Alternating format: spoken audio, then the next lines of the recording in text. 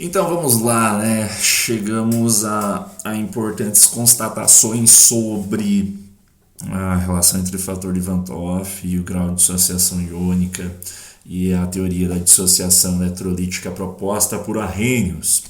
Em fato, eu tenho até uma leitura aqui para fazer para vocês. Eu peguei um dos livros de fisicoquímica que eu consegui coletar aí com bastante alegria, por causa que é um livro bem bacana, é o Moore, versão sabe Deus lá quando, mas que tem uns textos pequenos ali que é muito legal. E nessa parte ele fala bem o seguinte, o texto aqui que eu vou fazer a leitura aqui, a tradução simultânea de 13 de abril de 1887. O Arrhenius escreveu pro Van 't Hoff. Vai lá, ó. É verdadeiro que o Clausius assumiu que somente uma pequena quantidade de um eletrólito dissolvido está dissociado, e que todos os físicos e químicos seguiram o Clausius nessa ideia. Mas a única razão para assumir isso, até onde eu entendo, né, até onde o Arrhenius entendia, é um sentimento forte de aversão à dissociação a tal baixa pressão sem nenhum fator contra nem a favor. Ou seja, ele fala que a extrema diluição, todas as moléculas de sal são completamente dissociadas. O grau de dissociação pode ser encontrado simplesmente assumindo, né, a razão entre a condutividade e a condutividade da solução em razão à condutividade molar a uma diluição infinita. Então os caras eram da treta, né? Eles, Arrhenius, Van 't Hoff, Clausius, o mesmo cara lá da inequalidade de Clausius, né? Eles trabalhavam nesses tópicos e é engraçado, eu gosto de ver esses aspectos da história da ciência, como que eles se comunicavam. Então, o Arrhenius era o primeiro a trazer evidências do que deveria acontecer com a dissociação de um eletrólito, variando ali as concentrações, e foi isso que ele acrescentou. Mas tem um gargalo aí, né? Tem um problema, tá? O problema é até onde que essa teoria da dissociação eletrolítica de Arrhenius é válida. Bem, ela de fato é válida, mas tem uma coisa que não está sendo considerada aí, né? Que é o fato de que eu posso ter íons de diferentes valências. E isso, pela teoria de Arrhenius, nunca foi abordado. Ele nunca adequou, aprimorou o modelo dele, a lei de dissociação dele, melhor dizendo, não um modelo, mas sim uma lei, baseado no fato de que eu posso ter um eletrólito divalente, trivalente, polivalente. Como que é observado essa falha da teoria de dissociação eletrolítica proposta por Arrhenius? A falha, primeiro que a gente tem que lembrar, né, que antes de mostrar a imagem aqui, até então a gente percebeu que o grau de dissociação de uma molécula, de um eletrólito, é igual a essa razão aqui, que é igual a, pegando ali pelo fator de Van 't Hoff, também é igual a essa relação aqui, tá? Então o grau de dissociação pode ser equivalente a essas duas formas. Aí quando você pega uma tabela, e aqui eu tenho, vamos melhorar isso daqui, aí tá quase lá, ó. Tá, grau de dissociação do cloreto de sódio, segundo a teoria de Arrhenius, a 25 graus Celsius. Considerando essa razão entre condutividade e condutividade molar infinita. Vezes 100 aqui só para trazer para um número inteiro, né? Então, ó, ali na coluna da esquerda, concentração em mol por litro, né? Algumas vezes vai estar em mol por litro, outras vezes em molau, mol por quilo, mas vamos lembrar aí que é mol por litro. Então, eu tenho um máximo para o cloreto de sódio a uma concentração baixa, e conforme eu vou aumentando, aumentou 10 vezes para a segunda linha, 5 vezes para a terceira linha, 6 vezes para a quarta linha, 50% para a quinta linha, eu vou aumentando a concentração e vai diminuindo essa razão entre condutividade e condutividade molar infinita, o que se traduz na diminuição do alfa, na diminuição da dissociação. Legal, tá? É isso que a gente viu lá naqueles gráficos, né? Quando eu volto aqui, né? Era isso que a gente tá vendo. Aqui, por exemplo, no KCl, olha ali. É claro, aqui é a raiz quadrada da concentração, mas o range ali é pequeno, né? 0,1 até 0,5, então raiz quadrada da concentração, então é óbvio que a gente não está com concentrações tão grandes, mas tá coerente, né? Tá coerente. A gente sabe que, conforme eu tinha dado aquele exemplo ali, quando aumenta ali a concentração, ó, cloreto de sódio, você vai ver a formação de um corpo de fundo, né? Você vai ver a aparição ali, a não dissolução de parte do sal, tá coerente. Agora vamos olhar aqui o que tem na segunda coluna. A segunda coluna é a mesma coisa, tá? Vamos ver se eu consigo fazer um efeito especial aqui. Deu legal aqui. Ó, a segunda coluna, a gente viu que a primeira, a relação lambda sobre lambda zero tá legal, mas olha que essa segunda coluna aqui, que é a razão entre i menos 1 e 2 menos 1, né, que seria o ni, né, igual a 2, também multiplicado por 100. Eu deveria ver o mesmo padrão, né? Deveria haver o mesmo padrão. O que eu quero dizer com isso? Se o lambda sobre lambda alfa tá caindo, a outra coluna também deveria estar caindo, e começa a aumentar. Percebeu? Ó, 93, 87, 81, 95, 115. Não tá legal, né? Não tá legal. Então, a teoria da dissociação eletrolítica de Arrhenius, ela traz, pelo menos concorda bem com o eletrólito forte quando eu considero essa condutividade, mas não muito bem quando eu uso, né, fatores ali osmóticos, né, propriedades coligativas. Olha essa outra tabela. Lembra lá que eu fiz aquela relação entre, deixa eu voltar aqui, ó, Kc, a constante de equilíbrio, que era alguma coisa que 5 concentração vezes alfa ao quadrado sobre 1 menos alfa, ou seja, a constante de equilíbrio tem que ser preservada, né? Quando eu pego a constante de equilíbrio de várias soluções, a constante de dissociação, segundo a teoria de Arrhenius, a 25 graus Celsius.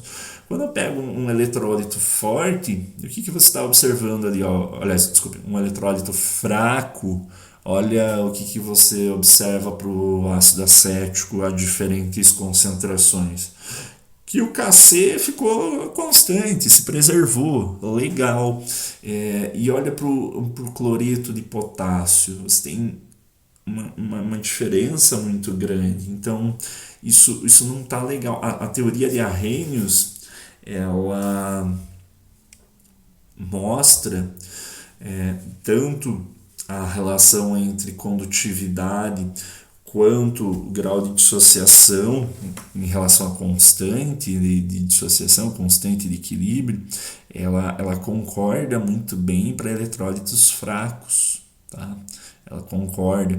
Mas agora para eletrólitos fortes, como é o caso do NaCl, do KCl, tanto ali usando esse parâmetro constante de equilíbrio quanto condutividade, a coisa não fica tão bem assim. Então, o que deve ser aprimorado no modelo de Arrhenius que possibilita o melhor entendimento, ou pelo menos a correspondência entre o modelo, a teoria, a lei, com o que é observado experimentalmente, né?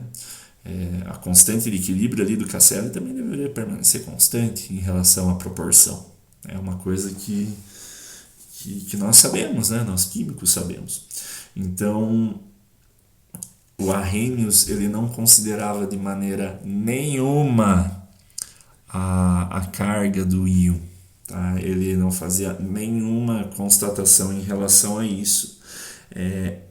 E nenhuma também consideração então pelo fato de que essa interação eletrostática entre íons ela existia na solução e de fato existe e de fato é relevante, porque quando você pega uma equação de Coulomb para explicar a força que existe entre duas cargas opostas, né?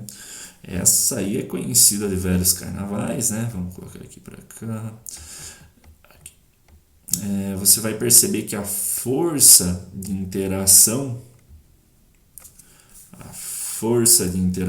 é diretamente proporcional ao módulo aqui do produto das cargas e inversamente proporcional ao quadrado da distância. Claro, eu não integrei isso aqui, mas é mais ou menos isso que Coulomb.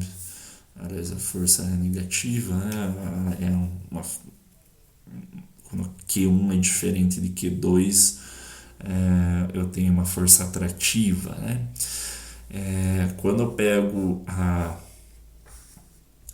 a equação de Van der Waals, não a equação dos gases perfeitos, mas a força de Van der Waals, vou colocar aqui um subscrito VDW, ela até tem uma proporção em relação às cargas, mas nem é tão relevante assim. O que é pior é o fato que esse R aqui está na sexta potência. Então, a força de Van der Waals, a interação de Van der Waals,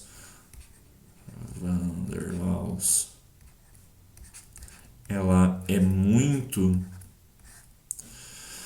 minimizada pela distância, porque eu tenho um parâmetro R, a distância entre as cargas, ou, claro, Van der Waals já nem precisa pensar muito em carga, né? Mas a força que existe entre essas duas espécies ela diminui com a sexta potência.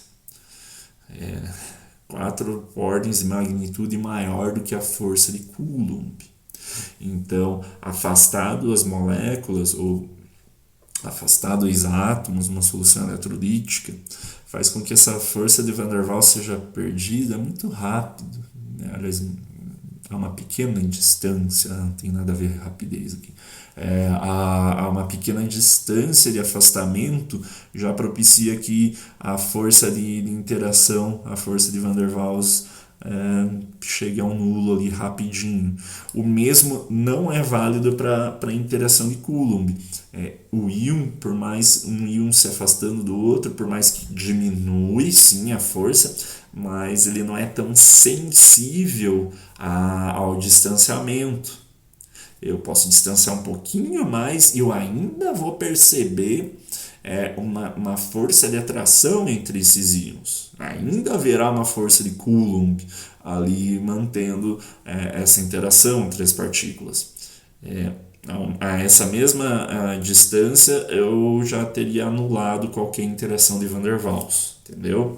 Então, é esse o problema do modelo de Arrhenius. O modelo de Arrhenius ele não prevê, ele não põe na conta isso. Em fato, Arrhenius, até tenho aqui uma colinha, ele considerava o seguinte, que o estado molecular de um eletrólito ali, eu sei que molecular fica meio estranho falar, como assim um eletrólito molecular, né? Mas fica legal de pensa no grau não dissociado, tá? Ou seja, considerava o estado molecular, então não dissociado, como um estado natural do eletrólito e a dissociação como um desvio desse estado. Então, a dissociação iônica será um desvio do estado natural, tá? E é óbvio, o fator de Van 't Hoff é essa medida desse desvio. Então, o fator de Van 't Hoff, o I, e aí eu estou falando aí há um tempo, né, esse I dessas nossas equações, ele seria uma métrica, deixa eu ver se eu estou na última página aqui, uma métrica do desvio desse estado de agregação de um eletrólito. Então, o I indica o desvio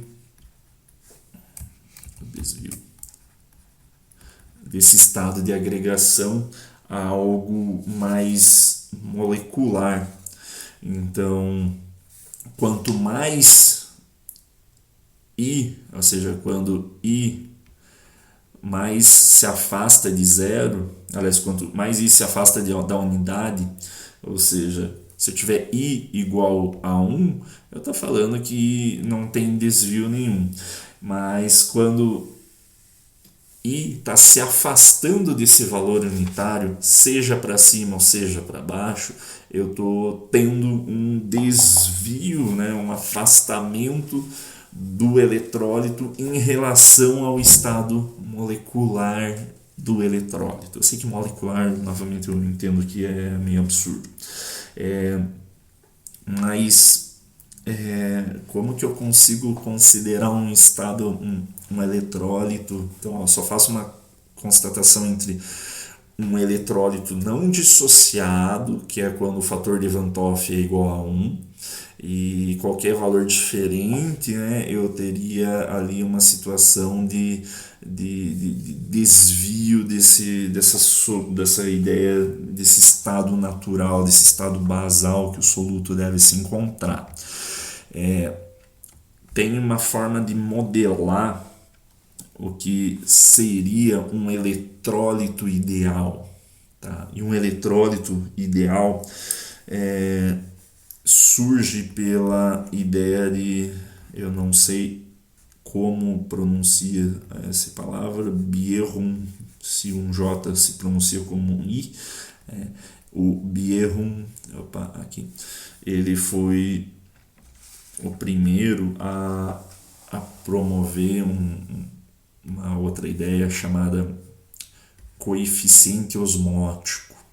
O coeficiente osmótico, ele lá, por exemplo, pela variação da temperatura de fusão, esse coeficiente osmótico é a razão entre a variação da temperatura de fusão sobre a variação da temperatura de fusão de uma molécula que não é eletrolítica. E isso a gente já viu, é o fator de Van 't Hoff, né? G é igual a I, mas não necessariamente. Tem mais um outro parâmetro aqui desenvolvido por Bjerrum, né? Que é Ni, a quantidade de eletrólitos que gera dessa dissociação. Então, 2 para o NaCl, 3 para o CaCl2 e assim sucessivamente. Então, é muito parecida essa relação com o fator de Van 't Hoff, mas o fator de Van 't Hoff só relaciona a uma propriedade coligativa em um estado eletrolítico em relação a um estado uma molécula não eletrolítica, tá? Ele só faz isso. Esse modelo de Bjerrum estabelece que esse novo parâmetro G, ele é a variação, né, igual dessa propriedade osmótica, mas ponderado por Ni. Ni ali é a quantidade de partículas que eu tenho, né? A quantidade de eletrólitos que é gerado. Então, eu só vou anotar aqui, ó, isso, G é o coeficiente osmótico. Uma forma simplesmente de aproximar isso à realidade do eletrólito, né? Bem, como eu já dei o spoiler, né? Na verdade, esse coeficiente osmótico, G, é igual a I, o fator de Van 't Hoff, dividido por Ni. É uma coisa que, que decorre ali, por causa que bem, eu já entreguei o porquê disso. Né? Então, se eu tiver um eletrólito em um estado iônico ideal, ou seja, você pegar aqui qualquer propriedade osmótica, deixa eu pegar uma aqui. Lembra aqui que eu fiz com variação de temperatura de difusão, mas eu vou pegar aqui também um outro aqui só para mostrar que dá para fazer para qualquer um. Ó, π, que é a pressão osmótica sobre π 0 vezes Ni. Então, se eu pegar essa equação ali, eu vou perceber que quando eu tiver uma solução, e aí isso vai ser válido para qualquer outro, tá? É que nos próximos vai ter um gráfico aí que eu vou usar uma propriedade osmótica e aí vai ser melhor eu já colocar esse π. Então olha só, quando o eletrólito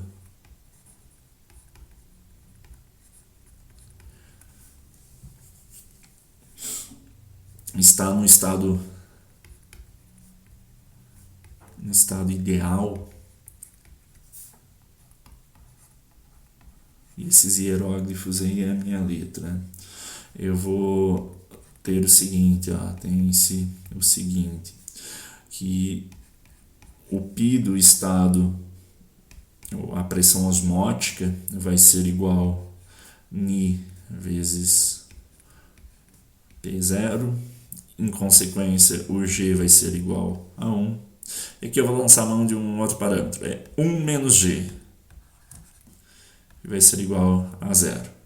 Então, quando 1 menos G for 0, quer dizer que eu estou num estado, o meu eletrólito ele se encontra num estado iônico ideal. Tá?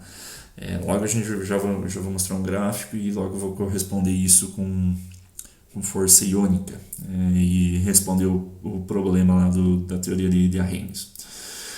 Então, esse 1 menos G igual a 0 quando G for igual a 1, ou seja, quando tiver um estado ideal.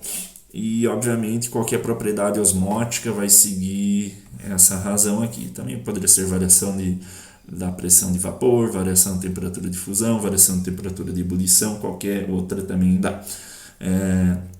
Então, qualquer coisa que foge desse parâmetro aqui, eu vou usar ele agora para graficar, tudo o 1 menos G que for diferente de 0 indica necessariamente o quanto um eletrólito está fugindo do estado eletrolítico ideal. Tá?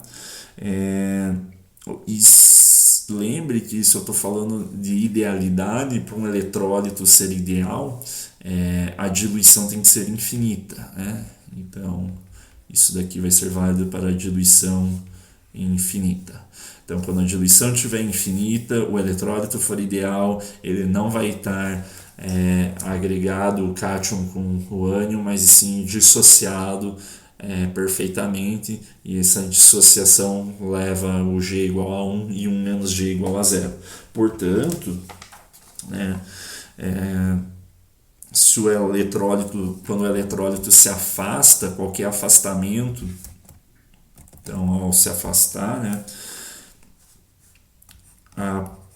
essa propriedade osmótica aqui, ou qualquer outra, ela vai ser menor do que Ni sobre π0, toda vez que G for menor que 1, porque G é o máximo, é 1, quando está tudo ideal, e 1 menos G for maior do que 0.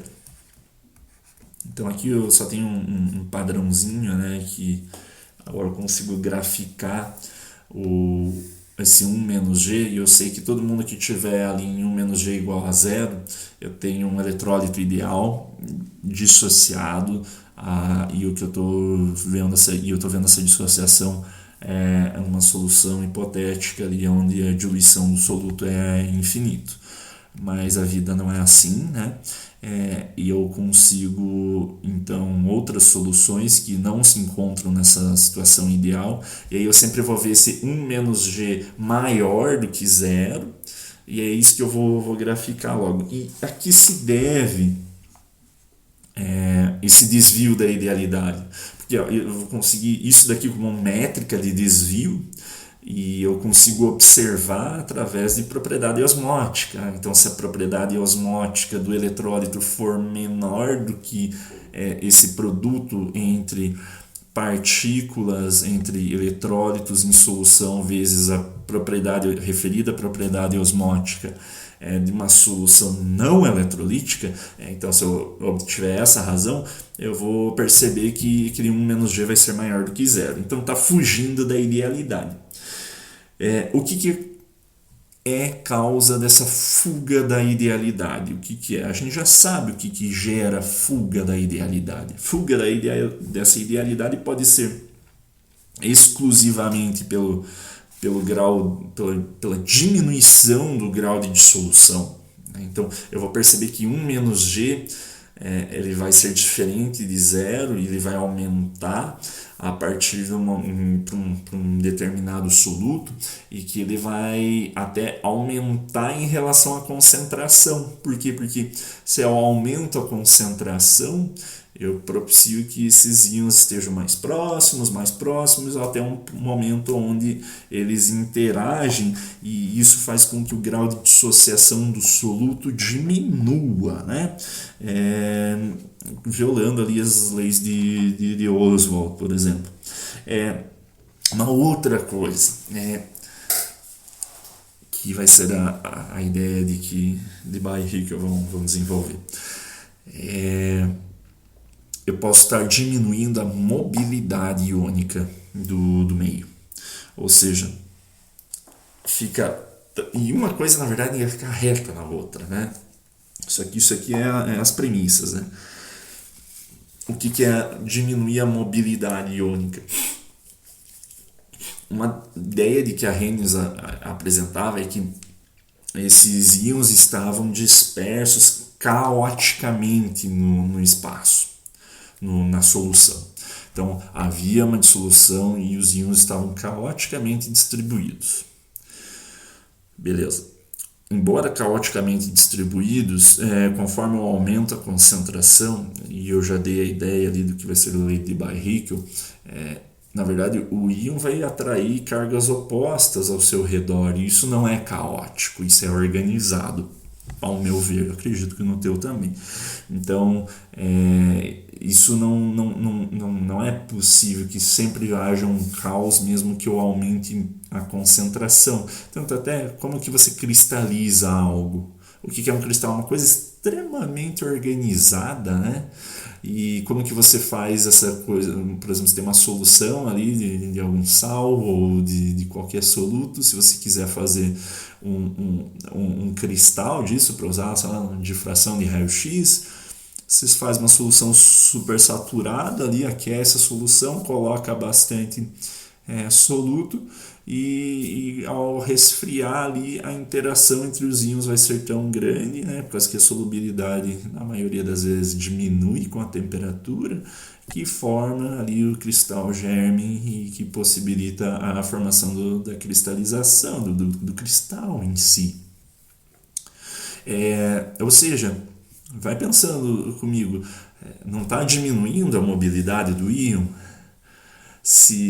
Qual que é a premissa também? Eu preciso ter uma solução bem concentrada, uma solução saturada, para que eu consiga ter essa formação desse cristal germe, para possibilitar com que haja a cristalização.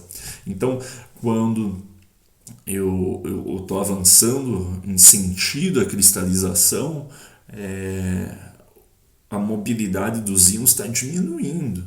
E isso se dá, e por isso que a lei de Baerueck é tão boa, porque ela dá essa ideia para você. Poxa, é óbvio que vai ter, formar uma camada de solvatação, mas vai ter também uma interação com os íons, justamente porque a interação de Coulomb não é tão sensível à distância, perde bastante com a distância, mas não tão sensível quanto outras forças que existem na solução. Então, ou às vezes, e obviamente isso vai interferir, né, no desvio da idealidade ali que eu tô comentando aqui com vocês. Então, deixa eu achar a minha imagem aqui que eu queria mostrar. Aqui, imagens. Quando isso foi observado, quando eu grafico essa relação 1 menos g, ou seja, o desvio da idealidade em relação aqui, em relação à concentração, eu tenho isso daqui. Aqui, ó. São diversos sais, cloreto de potássio, sulfato de potássio, nitrato de lantânio, sulfato de magnésio. E notem o que seria ideal. Quando 1 menos G fosse igual a zero. 1 menos G igual a zero é aqui. Aqui eu tenho Ni na ordenada, né? No eixo X eu tenho Ni vezes a concentração.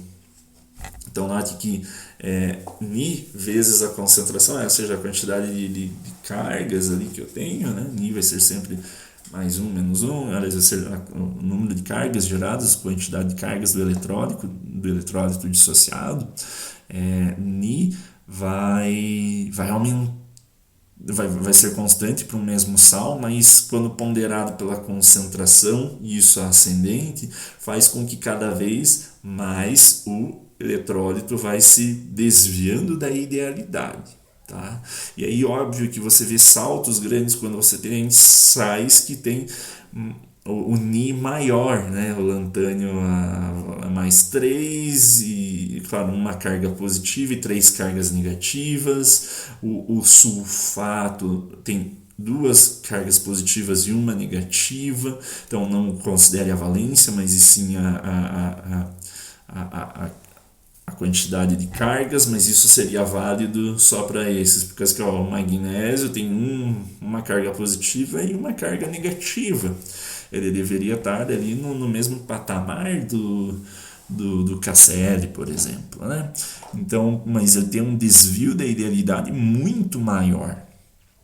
E é aqui que surge a teoria da interação iônica. Lá o fator livre da Van 't Hoff não dava 1, dava 2, 3, 4, justamente pela quantidade de eletrólitos, mas aqui eu tenho o MgSO4 e o K2SO4 é o mesmo ânion, né? Mas eu percebo que o desvio da idealidade é muito maior para o sulfato de magnésio. E aí que surge a teoria da interação iônica. Tá? E a teoria da interação iônica, ela busca fazer por um método algébrico muito elegante, como que é a modelagem dessa interação do íon central com os outros íons, né? Então imagine que você está aqui no centro de coordenadas, há um íon ali, indiferente se é uma carga positiva ou negativa, ele vai atrair outros íons de carga oposta, naturalmente, como considero o íon como uma esfera, então os outros íons vão se orientar em relação a ele sem que haja nenhuma preferência azimutal, né, ou polar. Então ele vai achar qualquer lado e a interação vai ser a mesma em qualquer direção. Mas não vai ser a mesma em relação à distância. Tá? Essa interação a gente já percebeu que depende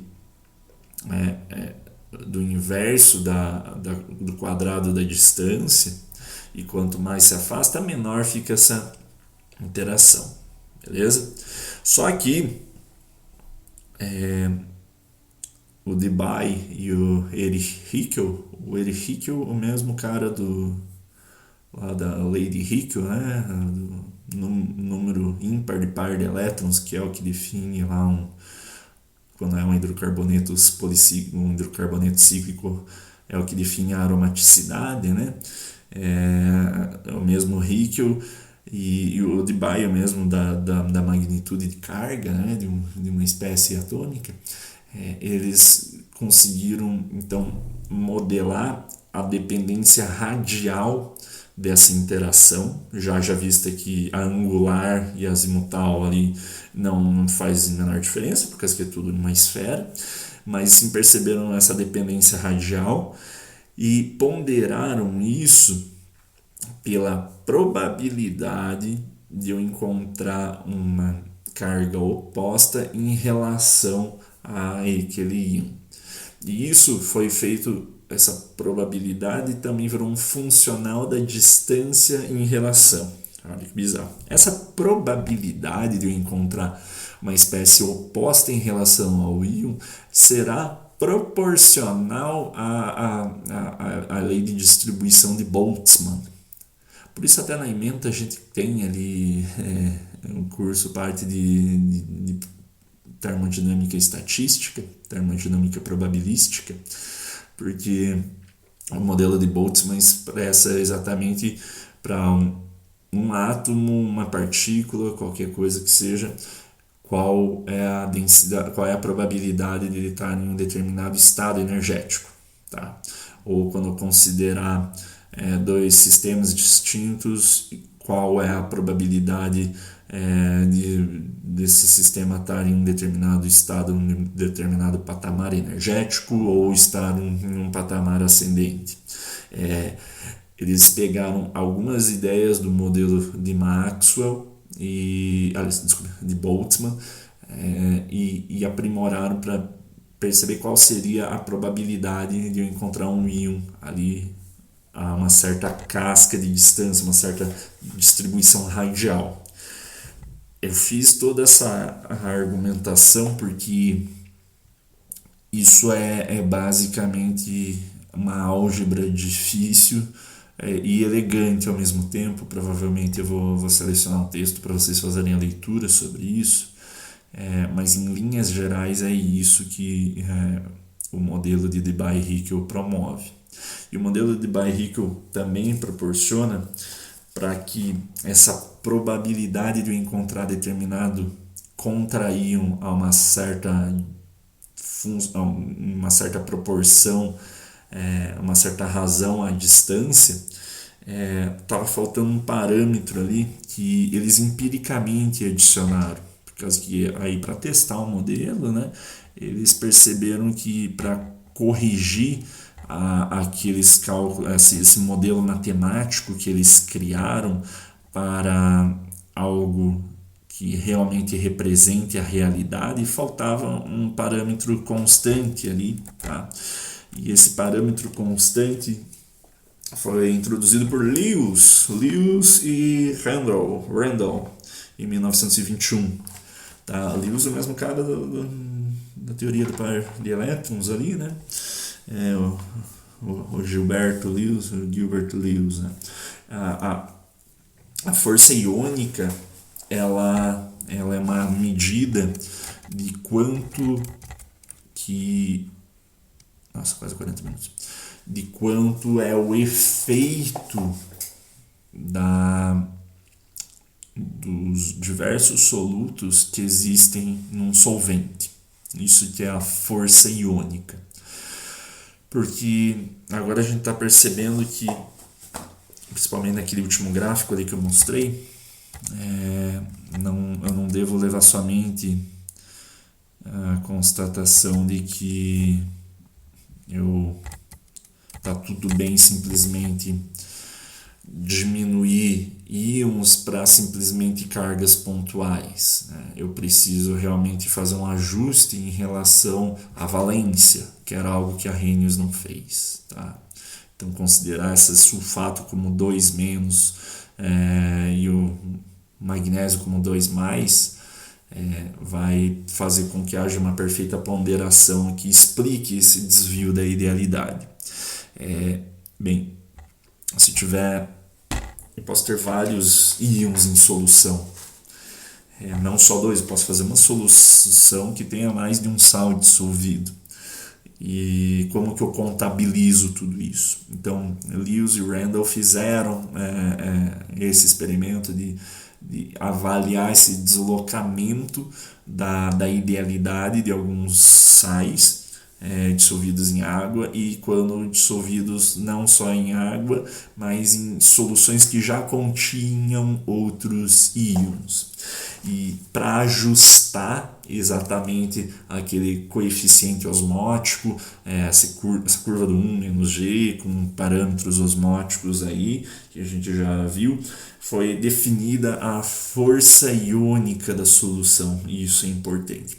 A letra I, eu vou tentar fazer o I como ele realmente é, porque esse aqui é um I em itálico e eu não consigo desenhar muito bem aqui, beleza, um I. O I é a média 1/meio do somatório das iésimas espécies das quais eu tenho uma determinada molalidade. Então a molalidade da espécie I multiplicada pela carga da espécie I ao quadrado. Então, se eu tiver a substância A, B, C, D, que se dissocia em XY, ZW, KJ, eu tenho que fazer o somatório das molalidades de todos esses íons, e multiplicar isso pela carga ao quadrado, porque daí também, porque tem esse quadrado aí, fica quente aí para vocês perceberem, né? Fica fácil perceber, né? Se eu tenho ânions, né, carga negativa, eu deixo todo mundo para um valor positivo, e aí fica mais fácil de trabalhar, né? Então, se aqui eu tenho, por exemplo, essa molalidade, né, eu consigo calcular, e bem como a carga, como vocês já são grandinhos, você consegue ali tranquilamente obter. Então, vamos pegar aqui alguns exemplos, né? Só para finalizar essa parte. Eu queria terminar já tudo essa semana, mas eu acho que ainda vai ficar um pouquinho para a semana que vem, tá? Mas aqui só para exemplificar o KCl, por exemplo, se eu for expressar a força iônica dele, vai faltar a molalidade aqui, mas eu simplesmente estabelecer um padrão aqui baseado naquela equação. Então, meio de, vou abrir um colchetes aqui, a molalidade do cátion. O cátion tem carga 1, né, o potássio, elevado ao quadrado, mais a molalidade do ânion, carga menos 1, elevado ao quadrado. Eu percebo que, indiferente, eu estou deixando tudo isso em função da molalidade, né? Então, eu tenho 2m/2, ou seja, para um sal univalente, eu tenho a força iônica igual à molalidade, tá? Então eu escrevi aqui a força iônica, né? Mas aqui não ficou claro isso aqui, deixa eu só arrumar um pouquinho aqui. Então, ó, isso aqui para o KCl, o I, a força iônica, em função da molalidade, eu percebo que o I é igual a força iônica é igual à molalidade para esse sal em específico. Vamos pegar outros sais só para vocês perceberem aqui como que a força iônica vai variar em função da molalidade. O cloreto de bário, a força iônica desse sal em função da molalidade é igual a meio, abre abre colchetes, a molalidade do íon, a carga do cátion ao quadrado, mais 2 vezes a molalidade, porque eu estou gerando dois cloretos, né? Então aqui eu já estou colocando como coeficiente estequiométrico ali o fator multiplicativo, menos 1 ao quadrado, passou eu para baixo, fecho colchetes, eu tenho equivalente a 6m sobre 2, que é igual a 3m. Então, para qualquer sal unibivalente, né, que tenha um cátion bivalente e 2 ânions, a força iônica vai ser igual a 3 vezes a molaridade. Vou pegar aqui, ó, MgSO4. O MgSO4 é igual, também tem a sua força iônica, é a mesma coisa, né? Agora eu acho que você já pegou a ideia. É massa aqui, molalidade, 2 quadrado lá, mais M aqui embaixo, menos 2 quadrado aqui em cima, eu para lá. Tudo isso é igual a 8m sobre 2, que é igual a 4 vezes a molalidade. E assim sucessivamente. Se você perceber, eu estou praticamente ajustando aquele gráfico ali que eu havia mostrado, né? Ajustando esse gráfico, porque eu percebo que o MgSO4 tem quase 4 vezes a molalidade do KCl.